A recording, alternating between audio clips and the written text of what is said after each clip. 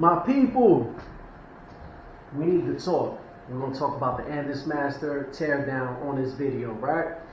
So let's start off with these two screws, very easily accessible. Sometimes if you just want to clean the clipper out very well, remove these two screws. A lot of hair will get stuck behind the magnetic motor, believe it or not. You could just stop right there, clean your clipper out. But today, we're going to swap to a powder coated housing. This is the final product on the side right here. It came out gorgeous. The camera flash really can show you how beautiful the flakes are in that paint. Now I did scratch the paint up. That particular clipper housing has been in my drawer for 6 to 9 months. I've been so busy as a new father and running the business, I didn't get a chance to mess with it. Any questions about this teardown, since it's being in 2x, 3x, 4x speed, please drop it in the comments. I'll be happy to address it. We're going to start off by taking those two screws out from the magnetic motor. We're going to disconnect the circuit board from the power cord, right? So we're going to pry out this little clip, metal clip that holds the cord in. All right, so some basic wire snippers. I'm going to get rid of this old blade. And I always talk about the longevity of these Andis Masters, because this one that I'm taking the motor out of for the powder coated housing is probably about 12 years old. It was in my mom's garage just sitting there. So you're going to pry that piece off right there. All right, you're going to loosen that bad boy up right there. Now this is important to realize, right? You see the real big screw in the center bottom of the mechanism that we're going to get to in a moment, right there, the one I was just touching. That one you want to open up completely. The one above it, you don't want to unscrew that one completely, because the second spring will pop out. You want to see how it's intact right there? You want to keep that second spring intact where my pointer finger is, kind of like there underneath my thumb, yeah. In this particular spot, I just want to show you this mechanism is for the blade tension. That's what I'm showing you. The little piece on the bottom, the darker metal, goes up and down, and that will give you your blade tension. And then important to remember, there's a little magnet you're going to see in a moment. The little magnet goes right there. It's like a washer magnet. There it is, about to fall down actually. It's by my pointer finger, it's about to slide down the housing.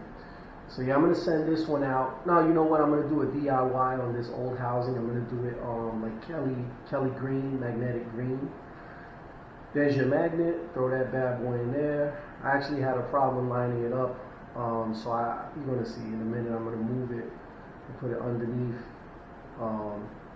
the actual screw and then put it in like that. Yeah. So important for you to know, just a couple of quick tips, right?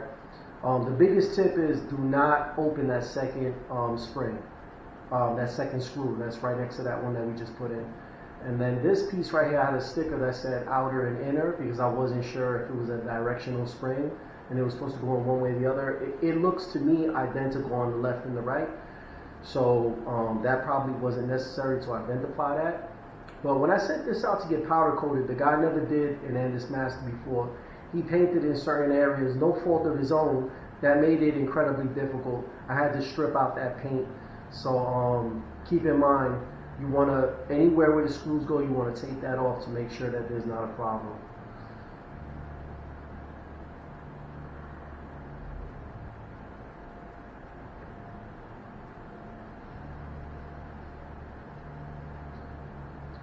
That's your power screw right there.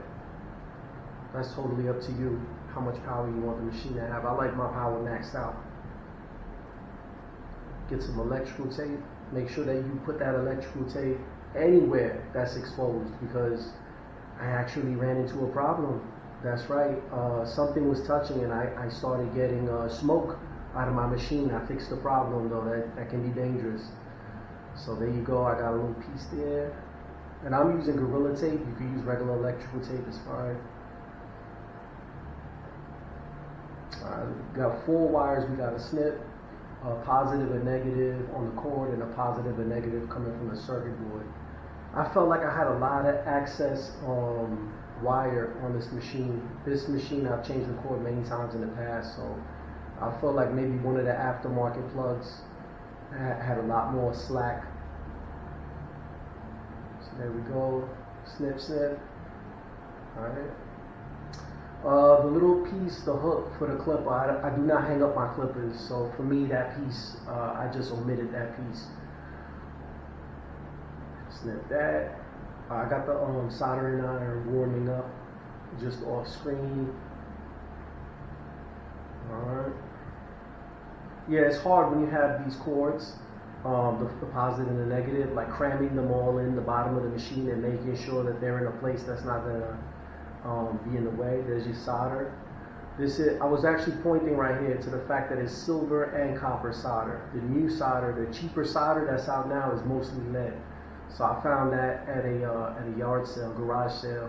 This old timer had passed away at this estate sale, and they sold me a bunch of great tools and things like that, old school stuff. So yeah, you gotta run this piece right inside the back of the cord. All right, that'll hold it in place. All right, you gotta put that piece of paper in there. All right.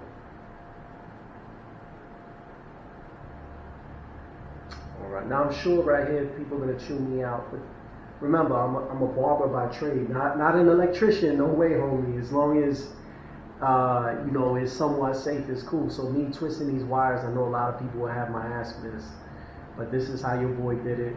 I just twisted them. I'm sure there's a better way. If there is, I would like to learn. That's cool. I didn't take the time to learn, but this is how I've been doing it for years, and I've never had a problem with my machines. Let's break out that solder, and again. This is what your boy does. This is how I got by for 20 years doing my machines, so it is what it is. I got a little sloppy and dropped some right there. I got nervous. I had you guys watching me, you know what I mean? Alright, she's coming together well. I have to do a separate video explaining how to calibrate the machine for maximum power. I do understand that. I will tell you that the power screw is up to you. The screw with the 2 circles that you need the pliers for, you're going to see that later. They say to max it out going, I think, clockwise or counterclockwise. You go one way, all the way in as deep as you can, and then you go counterclockwise, one full rotation is what I've always been taught. If you guys have had better results doing it a different way, please let me know. I like to learn. I'm just sharing with you what definitely works. I mean, it may not be optimal, but that's what definitely works. Now, one thing that I think gave me a lot of power was that screw in the middle with the that we spoke of earlier with the little magnetic washer in that drops in the center of the machine. I feel like wherever I put that right there for this particular build, it's maxed out, bro. Like, this machine is hitting. I've been so happy with it. Out with that old taper blade. We're gonna put the fade blade on here. Just crack that brand new package open. This is 4 little screws, and this is gonna control how strong your lever is. I like a very strong lever. I can't stand when I'm working and the lever moves too easily. I'm always afraid I'm gonna ruin my work. So for me, I'm all about that. I like this nice and tight. And then my thumb gets diesel, you know. Better when you play video games. You got more strength.